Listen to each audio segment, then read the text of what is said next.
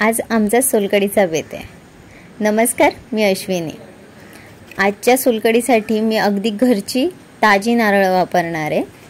तर 2 मोठ्या साईजच्या नारळांची मी ही सोलकडी बनवणार आहे।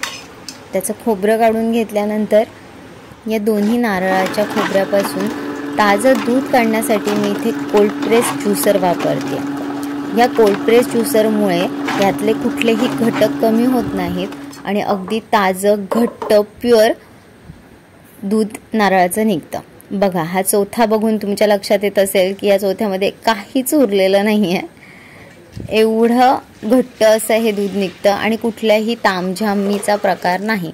म्हणजे मिक्सर करा, मग ते मशीन क्लबमध्ये टाका, पिळा आणि त्यामध्ये बऱ्याचदा ते बऱ्यापैकी पातळ सुद्धा होतं, कारण आपल्याला त्यामध्ये पाण्याचा वापर करावा लागतो मिक्सरमध्ये।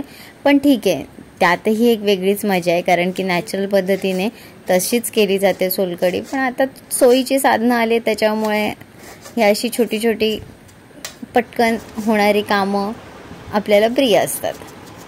अतिशय लेंदी प्रोसेसला शॉर्टकटमध्ये करता येणारे सर्व साधनं माझ्यासाठी तरी प्रिय आहेत, म्हणून मला हे कोल्ड प्रेस ज्यूसर प्रचंड आवडतं।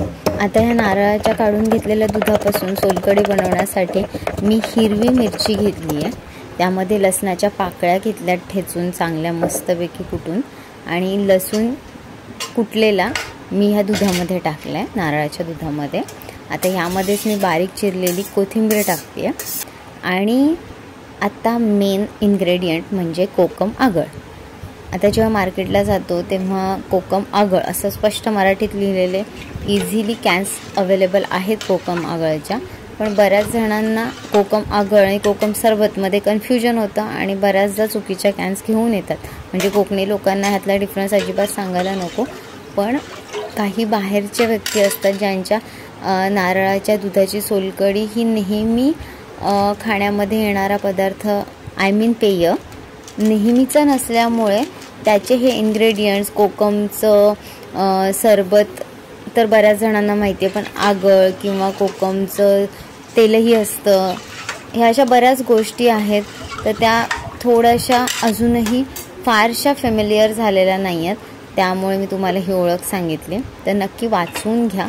कोकम आगळ असं लिहिलेलं असतं आणि यामध्ये चवीनुसार ब्लॅक सॉल्ट टाकला आहे मी, आणि आपली ही सोलकडी तयार आहे। आता तुम्ही म्हणाल मिरची न टाकता मी काढून ठेवली आहे, तर ही ग्लासभर सोलकडी मी माझ्या लेकीसाठी काढली आहे, फिक्की सोलकडी।